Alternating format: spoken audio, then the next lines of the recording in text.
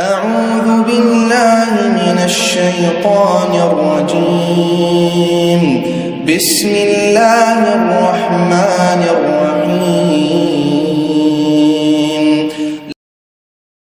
قال الله تعالى في الكتاب العزيز يا أيها الذين آمنوا اتقوا الله حق تقاته ولا تموتن إلا وأنتم مسلمون وقال أيضا يا أيها الذين آمنوا اتقوا الله وقولوا قولا سديدا يصلح لكم أعمالكم ويغفر لكم ذنوبكم ومن يطع الله ورسوله فقد فاز فوزا عظيما أما بعد. Wahai orang-orang yang beriman, Allah Tabaraka wa Ta'ala memerintahkan kita semuanya pada orang-orang yang beriman untuk bertakwa kepada Allah Tabaraka wa Ta'ala. Bukan hanya itu, Allah Tabaraka wa Ta'ala menyambung wa qulu qawlan sadida. Setelah diperintah untuk bertakwa kepada Allah Tabaraka wa Ta'ala, orang-orang beriman diperintahkan untuk berkata yang baik, berkata yang benar, berkata yang lurus. Maka jemaah umat semuanya, salah satu perkataan yang baik, perkataan yang paling baik, perkataan yang benar, perkataan yang hak, dikala kita menyampaikan qala Allah wa qala Rasul. Dikala kita membaca firman Allah Tabaraka wa Ta'ala, dikala kita mendengar hadis-hadis Nabi kita Muhammad sallallahu alaihi wasallam, maka salah satu momen yang tentunya tidak terlepas dari qala Allah wa qala Rasul adalah majelis ta'lim. Yang kemudian Allah Tabaraka wa Ta'ala mengabarkan setelah memerintahkan wa qulu qawlan sadida yuslih lakum a'malakum. Allah Tabaraka wa Ta'ala akan memperbaiki amal-amal kalian, sehingga dengan kita mendengar perkataan yang baik, perkataan yang benar, berada di majelis ta'lim, Allah Tabaraka wa Ta'ala akan memperbaiki amal-amal kita. Wa yaghfir lakum dzunubakum, dan Allah Tabaraka wa Ta'ala akan mengampuni dosa-dosa kalian. Wa may yuti'illaha wa rasulahu faqad faza fawzan 'azima. Maka barang siapa yang taat kepada Allah dan Rasulnya, maka sungguh ia mendapatkan kesuksesan yang besar.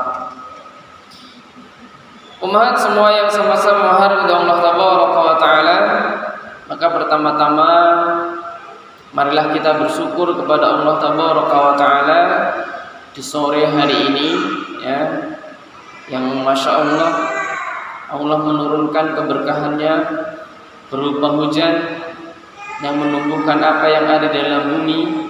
Dan mudah-mudahan bersama air hujan pun turun keberkahan. Yang kemudian pada sore hari ini kita diberikan kemampuan, diberikan kesempatan, ya, tidak banyak, artinya hanya orang-orang pilihan yang Allah Tabaraka wa Ta'ala beri kemampuan untuk ia bisa duduk bermajelis ta'lim, duduk bertalibul ilmi, yang kemudian mudah-mudahan dengan ini semuanya Allah mengampuni dosa-dosa kita, yang dengan ini semua Allah memberkahi umur kita, sebagaimana Rasul sallallahu alaihi wasallam mengabarkan ad-dunya mal'unah, ad-dunya mal'unah, ad-dunya mal'unah, mal'unun fiha. Jadi Rasul sallallahu alaihi wasallam mengabarkan dunia ini terlaknat. Dunia ini terlaknat dan apa yang ada di dalamnya illa, namun di situ ada pengecualian. Maka salah satunya adalah orang yang alim wa muta'alim, orang yang mengerti, orang yang mengajarkan, dan orang yang belajar.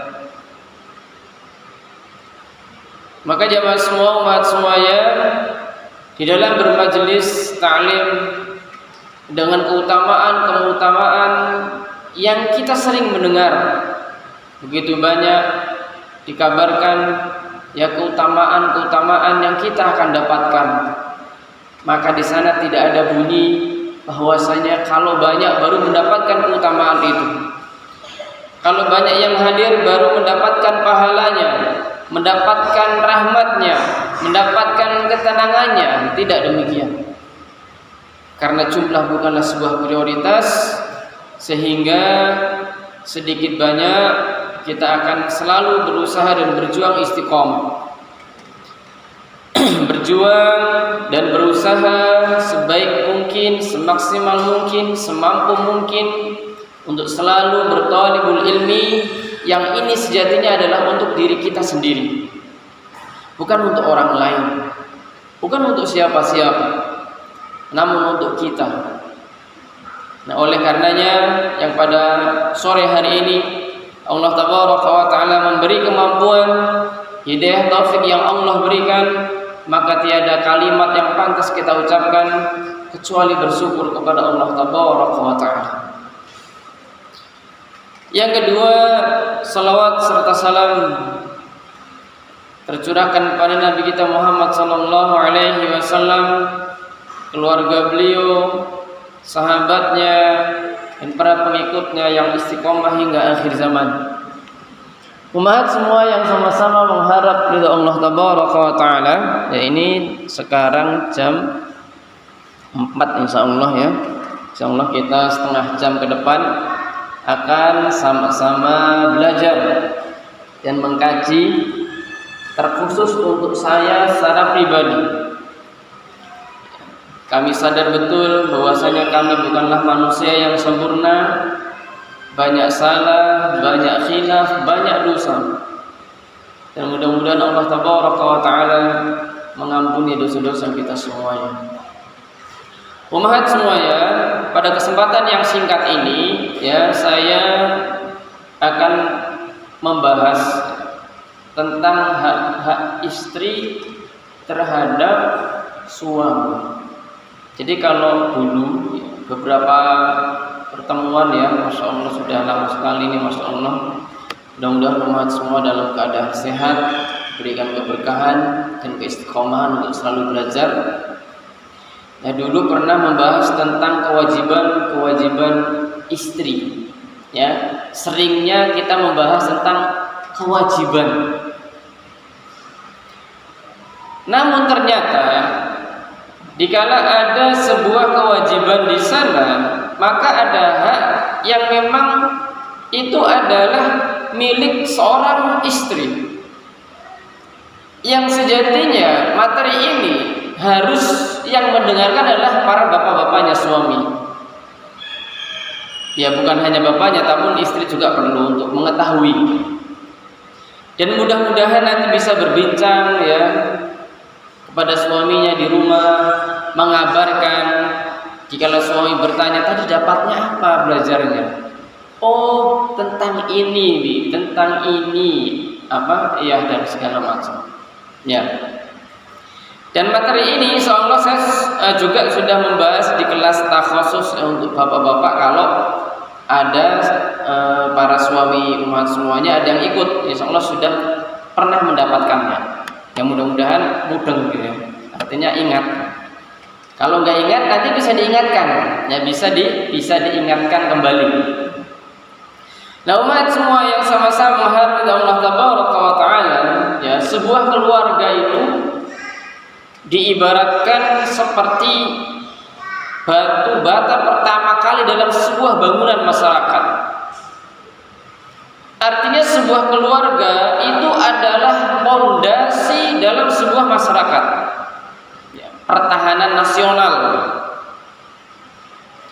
Jikalau apabila keluarga itu baik, masyarakat akan juga menjadi ikut baik. Namun sebaliknya, kalau sebuah keluarga ini rusak, maka masyarakat pun, ya, lingkungan di situ juga akan menjadi rusak. Nah, oleh karenanya pembinaan pertama kali dilakukan adalah dalam setiap keluarga. Apalagi seorang ibu adalah madrasatil ula, sekolah pertama untuk anak-anaknya. Sehingga keluarga adalah sebuah pondasi. Keluargalah yang akan membentuk sebuah karakter kepada anak-anak. Maka dikala budaya yang ada dalam rumah tangga itu buruk, itu akan menular kepada anak-anak tersebut. Kalau bapak ibunya sering berantem, ya, anaknya melihat, maka bagaimana nanti nasib anak-anak? Karakter akan tumbuh sesuai apa yang didesain dalam rumah. Oleh karenanya, ya umat semuanya, ini harus difahami. Ngerti betul bahwasanya keluarga merupakan pondasi pertama dalam bangunan, ya, di dalam sebuah masyarakat. Sehingga kita harus berusaha dan belajar. Maka kalau kami, ya, artinya dikala kita melayani di penyuluhan di KUA itu, rata-rata yang menikah, ya meskipun ada yang janda, ya, atau yang sudah pernah menikah juga ada, namun kebanyakannya adalah anak-anak muda yang bahkan terkadang umurnya masih di bawah umur, sehingga dia harus sidang dulu dan segala macam. Namun terlepas dari umur, ya, karena umur juga tidak menjamin sebuah kedewasaan, maka ternyata banyak, ya, di kalangan kita, masyarakat ini, bahwasanya orang mau menikah, dia tuh nggak paham harus mendesain keluarganya seperti apa. Bahkan sebagian masalah perkara agama saja mereka tuh nggak paham. Ngaji kadang nggak bisa, ya, yang calon suami ini sholat pun masih patah-patah dan segala macamnya. Pengetahuannya sangat minim. Wajar kalau kemudian nanti outputnya adalah tingkat perceraian pun tinggi, karena mereka tidak memahami, tidak mengilmui. Maka membina sebuah rumah tangga itu harus, ya, berdasarkan di atas keilmuan, ngerti hak-hak dan kewajiban. Nah, oleh karenanya umat semuanya, kita akan belajar sama-sama, mempelajari dan membahasnya, ya, karena ini penting. Kita akan seorang ibu misalkan nanti punya anak, beranjak dewasa, dia mau berkeluarga, maka materi-materi seperti ini harus disampaikan. Kalau dia adalah seorang wanita, kita beri pemahaman wanita itu harus seperti ini dalam sebuah keluarga, seperti ini dan seperti ini. Kalau anak itu laki-lakinya nanti akan menjadi seorang suami harus seperti ini, diarahkan dan diajarkan. Suami harus bisa seperti ini dan segala macam. Jangan sampai dia buta hanya sekedar mengikuti hawa nafsunya, atau mentang-mentang sudah kerja, ekonomi mapan, tapi tanpa dibarengi landasan ilmu yang baik, maka keluarga itu mudah goyah, sangat rentan. Nah, oleh karena itu, semua yang sama-sama menghargai Allah Tabaraka wa Ta'ala, Islam memberikan perhatian. Ya, Islam memberikan perhatian kepada urusan keluarga, perhatian yang sangat besar. Sebagaimana Islam juga mengatur hal-hal yang juga menjamin keselamatan dan kebahagiaan keluarga tersebut. Islam mengibaratkan keluarga seperti suatu lembaga yang ia berdiri di atas suatu kerjasama antara dua orang. Penanggung jawab yang pertama tentunya dalam kerjasama tersebut adalah suami. Jadi suami adalah kepala keluarga, ketuanya. Maka Allah Tabaraka wa Ta'ala berfirman, ya, di dalam Quran surat An-Nisa, ya, ayat yang ke-34, Ar-rijalu qawwamuna 'alan nisa bima faddalallahu ba'dahum 'ala ba'd. Kaum laki-laki itu adalah pemimpin bagi kaum wanita. Oleh karena Allah Tabaraka wa Ta'ala telah melebihkan sebagian mereka atau laki-laki atas sebagian yang lain, yaitu adalah wanita, dan karena mereka telah menafkahkan sebagian dari harta mereka, wa bima anfaqu min amwalihim, fassolihatu qanitatun hafizatun lil ghaibi bima hafizallah.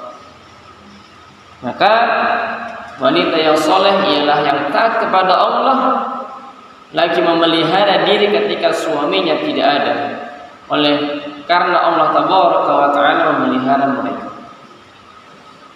Ayat ini mengabarkan bahwasanya dalam sebuah kerjasama keluarga ada pemimpinnya, yaitu adalah seorang suami. Jadi jangan yang kemudian menjadi seorang wanita nggak ngerti atau nggak tahu diri, bahkan pingin menyetir suaminya. Ini juga menjadi hal yang tidak pas. Namun dalam hal kehidupan, menyampaikan inspirasi, kemauan, ide, itu bebas, tidak ada masalah. Namun pemegang keputusan adalah seorang suami. Nah, umat semua yang sama-sama mengharapkan Allah tabaraka wa ta'ala, maka hak-hak istri atas suaminya, ya sebagaimana Allah tabaraka wa ta'ala mengabarkan, wa min ayatihi an khalaqa lakum min anfusikum azwajan litaskunu ilaiha wa ja'ala bainakum mawaddatan wa rahmah. Ini sering kita dengar, rasa cinta, kasih sayang yang terjadi di antara suami itu nyaris tidak dapat ditemukan di antara dua orang mukmin. Maka Allah Subhanahu wa ta'ala akan senang dikala cinta dan kasih sayang tersebut selalu ada. Allah itu senang kalau dalam keluarga itu selalu ada kasih sayang langgeng pada setiap pasangan suami istri, sebagaimana Allah mengabarkan dalam Quran surat Ar-Rum tadi. Dan di antara tanda-tanda kekuasaannya ialah menciptakan untukmu istri-istri dari jenismu sendiri, supaya kamu cenderung dan merasa tentram kepadanya, dan dijadikannya di antaramu rasa kasih dan sayang. Yang kemudian umat semua yang sama-sama mengharap kepada Allah tabaraka wa ta'ala, Allah tabaraka wa ta'ala menentukan beberapa hak bagi mereka yang dapat menjaga, bagi mereka yang dapat memelihara rasa cinta dan kasih sayang tersebut dari keserinaan. Maka Allah tabaraka wa ta'ala pun berfirman dalam Quran surah Al-Baqarah itu ayat yang ke-228, bahwa wanita mempunyai hak yang seimbang, walahunna mislul ladzi 'alaihinna bil ma'ruf, supaya kasih sayang tumbuh dalam sebuah rumah tangga, supaya mawaddah, sakinah, mawaddah warahmah itu ada dalam sebuah keluarga. Maka Islam pun tidak melalaikan syariat ini datang, yang ia pun mengabarkan walahunna mislul ladzi 'alaihinna bil ma'ruf. Maka para wanita mempunyai hak yang seimbang dengan kewajibannya menurut cara yang benar, menurut cara yang ma'ruf. Maka ini merupakan sebuah kaidah yang menyeluruh, yang mengatakan bahwasanya seorang wanita memiliki kesamaan dengan laki-laki dalam semua hak-haknya, kecuali yang telah Allah tabaraka wa ta'ala firmankan, wali rijali alaihinna darajah. Akan tapi para suami mempunyai satu tingkatan kelebihan daripada istrinya, yaitu masih dalam satu ayat. Dan hak istri ataupun kewajiban-kewajiban mereka menurut cara yang ma'ruf tentunya telah diketahui di kalangan, di tengah-tengah masyarakat. Dan apa yang berlaku kebiasaan yang ada di masyarakat, yang kemudian mengikuti syariat, keyakinan, adab, kebiasaan mereka semuanya. Terkadang itu kebiasaan yang sejatinya sering dilakukan, sudah sering dilakukan, tapi tidak ngerti, ternyata itu adalah haknya seorang wanita. Yang kayak yakini itu adalah hati seorang wanita ternyata.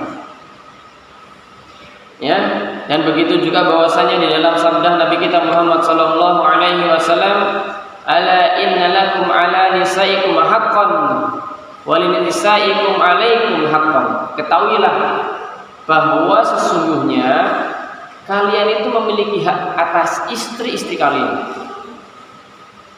dan istri-istri kalian juga memiliki hak atas kalian. Ya, artinya jika seorang wanita mempunyai kewajiban terhadap istrinya, ternyata di sana juga ada hak seorang wanita yang harus diberikan oleh suaminya. Jangan sampai hanya seorang laki-laki, seorang suami, dia menuntut haknya terus tanpa memberikan hak pasangannya. Kalau ini terjadi nanti jomblang. Ya, kalau ini terjadi seorang suami hanya menuntut dan menuntut haknya tanpa melaksanakan kewajibannya atau yang menjadi hak wanita, maka kasih sayang itu akan sulit didapat. Namun kalau keduanya saling memberikan, ya, keduanya ngerti, suami ngerti kewajiban apa yang harus dilakukan, begitu juga wanita istrinya juga paham dan ngerti apa yang harus diberikan, ya, hak-hak itu diberikan semuanya yang menjadi kewajiban-kewajiban mereka. Inilah yang akan mengupayakan keluarga tersebut menjadi keluarga sakinah mawaddah warahmah. Yang ini tentunya kita harapkan. Siapa sih yang nggak mau mempunyai keluarga yang sakinah mawaddah warahmah, anak-anak tumbuh ya dalam keimanan, ketakwaan, solehan, ya, siapa yang nggak mau? Semuanya mengidam-idamkan. Namun ternyata dalam perjalanan tidak semudah apa yang kita bayangkan, tidak semudah teori yang kita baca, tidak semudah bayangan-bayangan dulu sebelum menikah. Ternyata dalam keluarga banyak liku-liku yang harus dihadapi. Kesabaran harus terus dipupuk, yang kemudian ya berusaha untuk menciptakan keluarga yang sakinah mawaddah warahmah. Salah satunya adalah dengan menunaikan hak-hak dan kewajiban masing-masing. Maka umat semuanya, ini langsung kita masuk ya. Di antara hak istri ya nomor satu ya, nomor satu. Jadi sebetulnya materi ini umat semuanya ini kami ringkas dan menjadi satu buku sebetulnya. Jadi kalau bapak-bapaknya yang ikut kelas tahfiz Allah punya bukunya. Nomor satu yaitu adalah suami harus memperlakukan istri dengan cara yang ma'ruf. Sehingga ini merupakan hak. Jadi kalau yang namanya hak itu kan milik ya, itu kan hak saya. Ya, berarti kepunyaan dia. Sehingga nomor satu, seorang wanita berhak menuntut kepada suaminya untuk dilakukan dengan cara yang ma'ruf, dengan cara yang baik, dengan cara yang benar, dengan cara tentunya yang bagus. Sebagaimana Allah Taala berfirman, wa'ashiruhunna bil ma'ruf, dan bergaulah dengan mereka dengan cara yang patut, dengan cara yang benar. Ya, artinya seorang istri itu ya jangan dihakimi. Bolehlah marah sekali-kali, jangan berlarut-larut sampai hari, bahkan makan minggu, makan bulan. Waduh, kayaknya nggak bisa hidup kalau hidup dengan orang yang satu rumah kok tidak saling tegur sapa dan segala macam. Ada suami kalau lagi cuek ya kayak gitu, males ya, hawanya nggak selera ya, jutek dan seterusnya, gampang marah. Nah itu lagi tambah gampang marah, tangannya ringan ya. Sebagian seperti itu kalau dia nggak paham agama. Yang paham agama saja kadang masih kebablasan untuk ngerem-ngerem, apalagi yang nggak pernah ngaji. Maka bersyukur umat semuanya kalau suami-suami umat semuanya mau datang ke majelis-majelis ta'lim, kajian. Sangat bersyukur dan dukung dia, karena insya Allah dengan ia duduk akhlak, kepribadian akan berubah sedikit demi sedikit. Karena ilmu itu akan merubah seseorang. Minimal pertama tidak tahu menjadi tahu. Yang kemudian berdoa kepada Allah, minta hidayah taufik sehingga ia mengamalkan ilmu yang ia dapatkan. Maka umat semua yang sama-sama mengharapkan Allah Tabaraka wa Ta'ala, ya dengan memberi makan, ya jelas ya. Ini salah satu bergaul yang baik, yaitu adalah dengan memberi makan. Jadi kalau bicara memberi makan ya umat semuanya, sebenarnya saya ngomong juga malu. Dalam masalah memberi makan itu sebetulnya hukum fikihnya itu memberi makan itu makanan jadi sebetulnya. Ya, sebetulnya, tapi ada bab-bab lain yang kemudian ada hikmah seorang istri kepada suami. Nah, akhirnya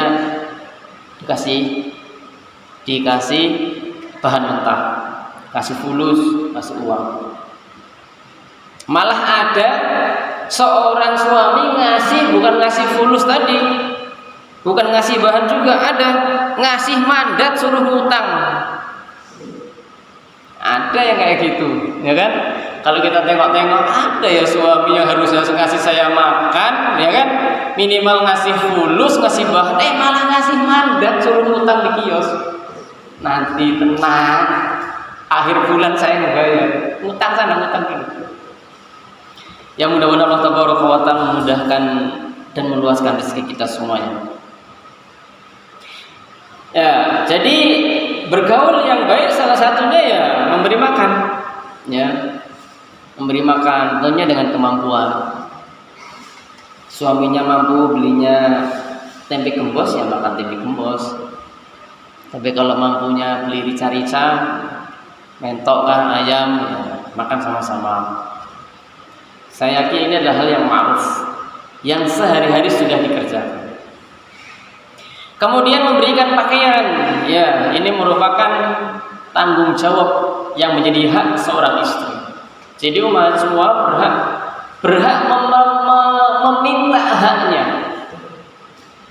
Baju sudah kusam, ya ngomonglah bisik-bisik sama suaminya, Pak ganti ya bajunya. Nanti mah nunggu lebaran tahun depan. Repot, biasanya seperti itu. Ya mudah-mudahan sebulan bisa beli sekali, alhamdulillah, masya Allah. Kemudian pendidik, ya ini adalah cara-cara bergaul yang baik. Ya kasih makan, memberi makan ya tanggung jawab hari-hari. Kemudian memberi pakaian, mendidiknya. Mendidik itu kapan dilakukan? Dikala seorang wanita itu akan membuat durhaka dengan melanggar perintah-perintah Allah Tabaraka wa Ta'ala. Maka disitulah kewajiban seorang suami, dan itu hak seorang istri. Hak memberikan pelajaran kepada seorang istri adalah kewajiban seorang suami, dan menjadi hak seorang istri juga. Sehingga semuanya penting. Seorang pemimpin di rumah juga harus paham bagaimana berkeluarga, memimpin keluarga, sehingga pelajaran-pelajaran diberikan.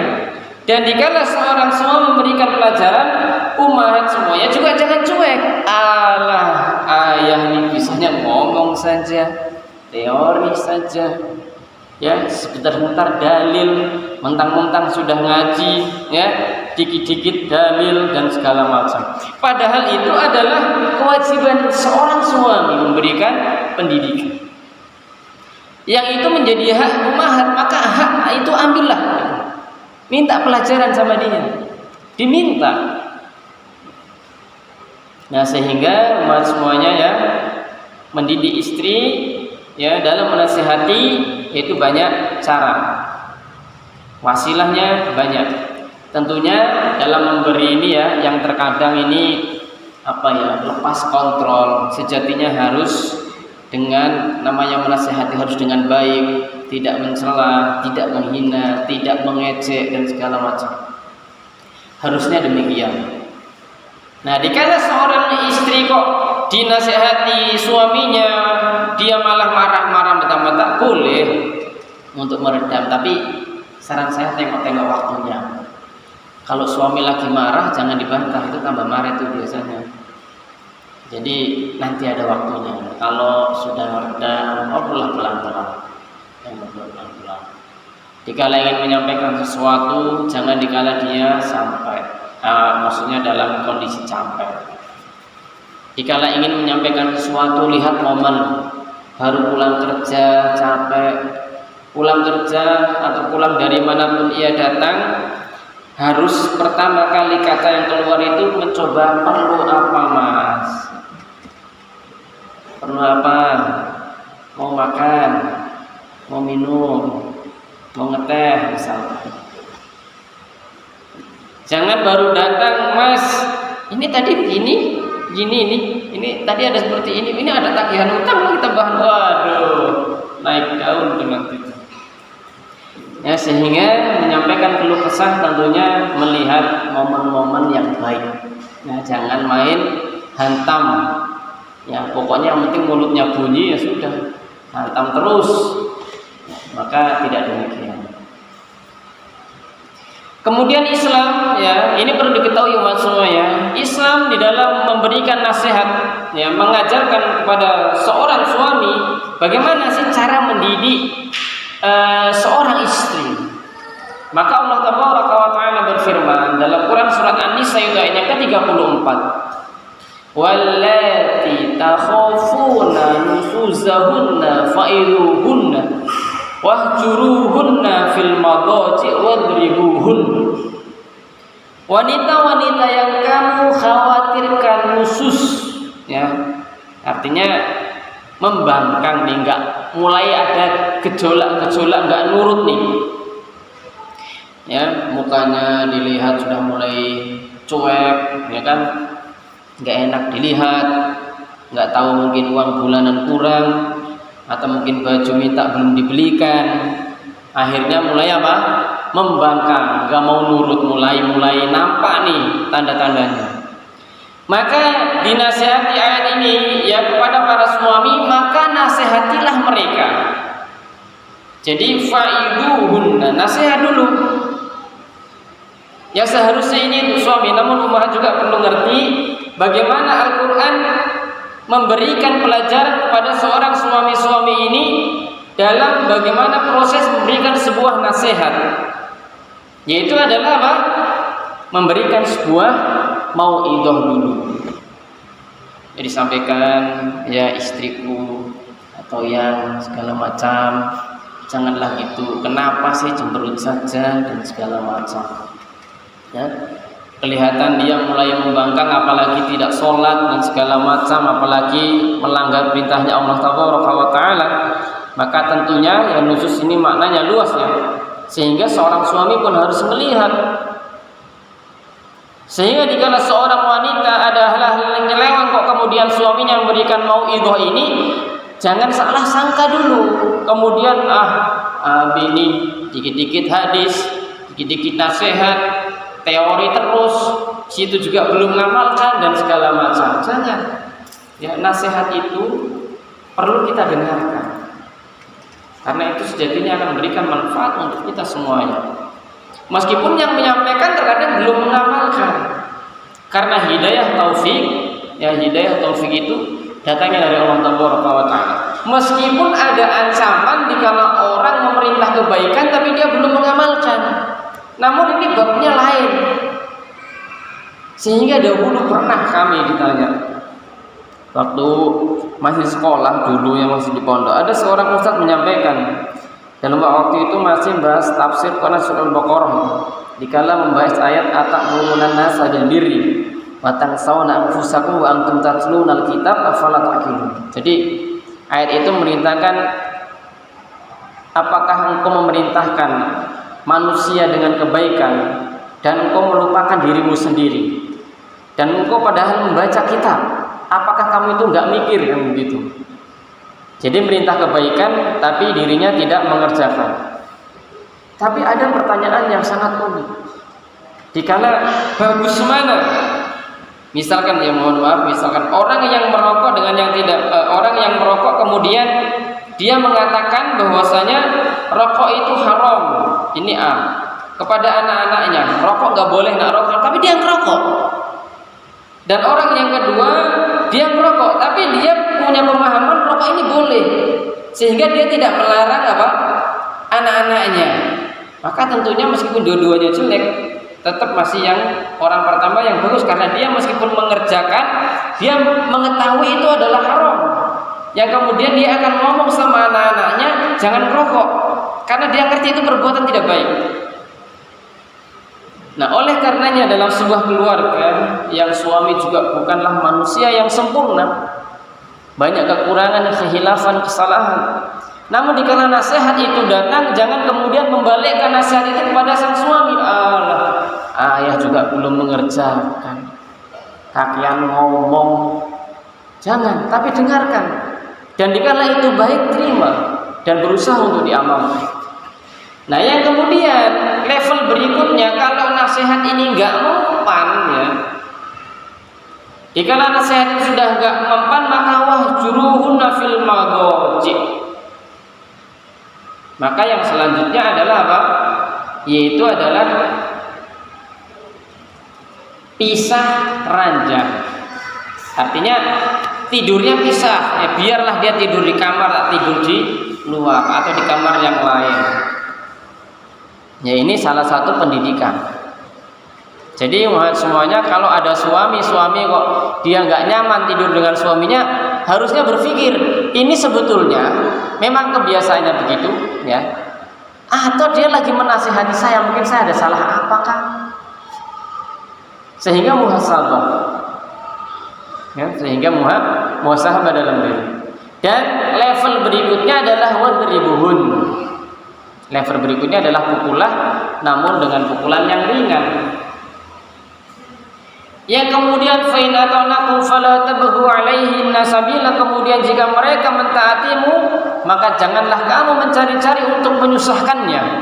Jadi ada kadang seorang suami itu tipenya adalah selalu mencari kambing hitam, kesalahan istrinya, dicari aja kekurangannya. Ada yang model suami yaitu mengungkit-ungkit kesalahan istrinya yang dulu-dulu, diungkit terus, diomongin terus. Ada yang seperti itu, padahal ayat melarang. Kalau istrimu dulu memang berbuat salah dan kemudian dia bertobat, ingin memperbaiki diri, sudahlah, yang lama itu sudah biarlah berlalu, gak usah diungkit-ungkit, gak usah dicari-cari kambing hitamnya. Artinya nggak usah dicari-cari kelemahan, kekurangan dan kesalahannya. Innallaha kana 'aliyyan kabir. Ya, sungguhnya Allah Tabaraka wa Ta'ala itu maha tinggi dan maha besar. Nah, ini umat semua yang sama-sama mengharap ridha Allah Tabaraka wa Ta'ala. Yang kemudian ya sabda Rasul sallallahu alaihi wasallam dikala ditanya apakah hak istri atas suaminya, maka beliau menjawab antut'imaha idza tu'imta, engkau memberinya makan jika engkau makan. Wa taksuha idza tasaita, kemudian engkau memberikan pakaian jika engkau memberi pakaian. Wala tabrid al-wajh, jangan sekali-kali engkau memukul wajah. Jadi ini menjadi perhatian kita semua, yang terkhusus saya. Karena ini sejatinya ditujukan kepada seorang suami. Wala tuqabbih wala tajhar illa fil bait, dan janganlah engkau menjelek-jelekkannya serta janganlah memisahkannya kecuali tetap di dalam rumah. Yang kemudian ya umat semua yang sama-sama mengharap Allah Tabaraka wa Ta'ala, sungguhnya sikap lemah lembut terhadap istri ya, itu indikasi sempurnanya akhlak seseorang, tambahnya keimanan seorang mukmin, yaitu adalah lemah lembut. Jadi perhatikan suaminya di rumah. Kalau suami semakin hari tambah umur, ya, berkeluarga mungkin sudah umur setahun, 2 tahun, 3 tahun, kok semakin lama berkeluarga justru semakin kasar, gak semakin lembut, justru tambah galak, tambah marah-marah, maka keimanannya dipertanyakan. Tapi ciri-ciri suami yang baik, keimanannya tambah bagus, berarti dia semakin lemah lembut. Mungkin awal satu tahun menikah, 2 tahun, umur 3 tahun, akan ada perbedaan, ada sirkulasi perubahan akhlak yang ia lakukan. Oh dulu 1-2 tahun gampang marah suami saya, tapi kok kesini, masya Allah tambah adem, tambah enak, ya, tambah ramah, sudah jarang memukul, ya meskipun pernah marah, ya kan? Maka ketahuilah itu salah satu indikasi akhlak dan imannya semakin baik. Sebagaimana Nabi kita Muhammad SAW bersabda, "Akmalul mu'minina imanan ahsanuhum khuluqa." Orang mukmin yang paling sempurna imannya, perhatikan. Orang mukmin yang paling sempurna imannya ialah yang paling bagus akhlaknya. Wa khiyarukum linisaihim, dan sebaik-baik kalian adalah yang paling baik terhadap istrinya. Sehingga seorang laki-laki dikatakan laki-laki baik itu bukan yang paling baik terhadap tetangga, bukan yang paling baik terhadap kolega bisnisnya, temannya, enggak. Ternyata seorang laki-laki dikatakan dia laki-laki yang baik dikala ia baik terhadap istrinya. Jadi masya Allah ya, dikala suami akhlaknya tambah bagus, lembut, apalagi sering laktir, masya Allah, pulang-pulang selalu bawa martabak, Mas, dukung terus pengajiannya, suruh dia ngaji. Biar apa? Akhlaknya semakin bagus, akhlaknya semakin baik. Tapi kok ngaji lancar, itu lancar, tapi kok masih marah-marah saja di rumah, ya kasar. Maka ditanyakan, itu ngaji ini ngantuk Pak Nono? Nggak dengar apa yang disampaikan Ustadz, ya kan? Ya, maka ini menjadi indikator dan indikasi seorang suami, seorang laki-laki iman akhlaknya semakin baik, yaitulah semakin lemah lembut. Ini baru nomor 1 semuanya, dan ini ada sekitar 12 poin sebetulnya hak-hak seorang istri. Ini baru nomor 1 ya. Nomor 1 yaitu apa? Seorang suami harus memperlakukan istrinya dengan cara yang ma'ruf. Dalilnya apa? Quran surat An-Nisa ayat yang ke-19. Wa'ashiruhunna bil ma'ruf. Bagaimana cara bergaul yang baik, yang ma'ruf itu? Ya tadi, memberi makan, memberi pakaian, memberi pendidikan, berakhlak yang baik, ya, lemah lembut terhadap istri. Ya, ini merupakan ciri-ciri ataupun pelayanan terhadap seorang wanita. Meskipun terkadang dalam kehidupan, ya, tidak kita pungkiri jemaah, terkadang seorang laki-laki namanya juga manusia, mungkin lepas kontrol dan segala macam. Kadang dia marah dan segala macamnya. Namun itu tidak menjadi artinya kemudian di dalam hatinya membekas dendam kesumat, marah terus sama istrinya, jangan sampai, atau artinya jangan sampai demikian. Mungkin marah sewajarnya, marah ya marah, lagi marah, istilahnya ya tiba-tiba faja'atan saja, ya sekedarnya saja, selesai, sehingga jangan dibawa terus menerus.